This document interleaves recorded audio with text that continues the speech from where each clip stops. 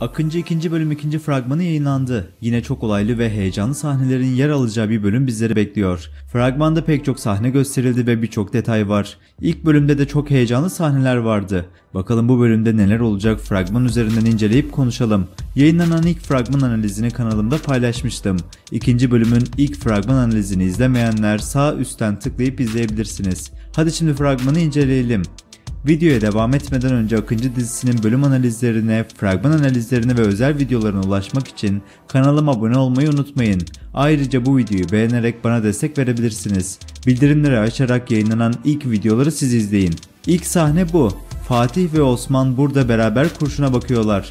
Bu kurşunu belli ki bir fabrikadaki çatışmadan almışlar. Yalnız bu kurşun herhangi bir şekilde Fatih'e isabet etti mi veya başkasına isabet etti mi bilmiyoruz. Kurşunun çok özel bir anlamı var. Aynı kurşun Fatih'in babasını şehit etmiş. Yapılan bu saldırıların arkasındaki isim her kimse Fatih'in babasının ölümüne sebep olan sırlarla ilgili bilgi sahibi. Kim bilir, belki de onu öldüren kişi. Bu kişinin kim olduğunu tahmin ediyorum ve bir sonraki videoda sizlerle konuşacağız. Fabrikada bundan dolayı bu mermi bu sahnede Orhan ve Fatih arasında tartışılacak ve daha sonrasında da Fatih soluğu babasının mezarında alacak. Babasının mezarı karşısında selam veren Fatih, babasının intikamını almaya yemin edecek. Yaşanılan bu suikastten çıkan mermi Fatih olayların içine önümüzdeki bölümlerde daha da sokacak. Şimdi gelelim İstanbul'daki şu kalabalık konvoya. Ortalık yine çok karışık ve yine saldırı söz konusu. Polis araçlarının karşısına çıkan konvoyda tanklar bile var. Gerçekten de durum çok karışık. İstanbul'un ortasında Türk askeri birliğine mi saldıracaksınız diye söylenen birisi var. Bu sözü söyleyen kişinin Cevdet olma ihtimali çok yüksek. Çünkü onun sesine benziyor. Cevdet sanırım bu sözü Lucas'a söyleyecek. Lucas yine büyüklerden aldığı emir ve talimatlar doğrultusunda hareket ediyor ama gerçekten de bu sefer çizgiyi aşmış gibi. Yapılan bu konvoy Akıncı için düzenlenmiş bir tuzak. Lucas gelen talimatlar doğrultusunda Akıncı'nın işini bitirmek istiyor fakat işler onun istediği gibi ilerlemeyecek ve Fatih bu durumdan kurtulmayı başaracaktır. İlk yayınlanan fragmandaki gibi yine tekneden sahneler var. Bu bölümde de çok güzel bir şekilde çalışılmış aksiyon sahnelerini izleyeceğiz gibi gözüküyor. Zaten yayınlanan ilk bölümdeki aksiyon ve dövüş sahneleri çok güzeldi. Fatih yine gücünü kullanarak pek çok kişiyi pataklayacak. Fragmanın en dikkat çeken sahnelerinden birisi buydu.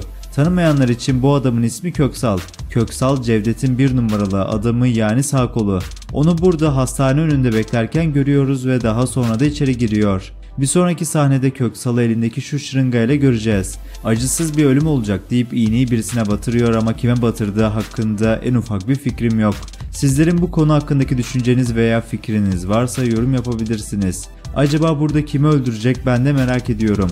Bu sahnelerin yanı sıra Cüneyt Komiser'in yer aldığı sahne ve hemen ardından gelen Nergis'in bu sahnesi dikkatleri çekiyor. Sanırım Nergis yaşanan olayların ardından Cüneyt Komiser tarafından sorguya alınacak. Muhtemelen ona pek çok soru soracak ve Akıncı'yı tanıyıp tanımadığını öğrenmek isteyecek. Bu konuda Nergis'in çok da sorun yaşamadan sorgudan ayrılacağını düşünüyorum. Bu sayede şöyle önemli bir detay önümüzdeki bölümlerde karşımıza çıkabilir. İlk kez Nergis ve Cüneyt Komiser birbirlerini görecekler ve tanışacaklar. Onların bu tanışmaları çok farklı bir şeye yol açabilir. O da Cüneyt Komiser Nergis'e aşık olabilir. Ben Cüneyt Komiser'in Nergis'i sorgularsa onunla bir şekilde tanışacağını ve önümüzdeki bölümlerde de yavaş yavaş ona aşık olmaya başladığını göreceğimizi düşünüyorum. Kesinlikle Cüneyt Komiser ve Nergis arasında bir etkileşim olacak. Yalnız Nergis hiçbir şekilde Cüneyt Komiser'den etkilenmeyecektir. Yani tek taraflı olarak Cüneyt Komiser ona aşık olacak. Baktığımızda her iki karakter de çok dik başlı ve bildiğini okuyan tipler. O yüzden Cüneyt Komiser bu kadına baktığında kendisini görecek olabilir. Bir sonraki videoda bu konu hakkında da daha detaylı konuşacağız. Cevdet'in arabadan indiği bu sahne muhtemelen fabrikanın önü. Akıncı'nın geldiği, operasyon düzenlendiği bu yere Cevdet de silahıyla geliyor. Muhtemelen onu gördüğümüz bu sahne konvoyun bir şekilde durdurulduğu ormanların içinde bir yerde geçecek. Yani fabrikanın yakınlarında bir yer olacak. Burada Cevdet Fatih'e ateş ediyor fakat ıskalayacak. Onun sıktığı bu mermi Orhan ve Fatih arasında tartışılacak sahnedeki mermi olmalı. Yani babasına sebep olan, belki de onu öldüren kişi Cevdet çıkacaktır diye tahmin ediyorum. Sahneler çok karanlık ve ne olduğu çok da belli değil. Hangi sahne nerede geçiyor çok fazla anlamlandıramıyorum.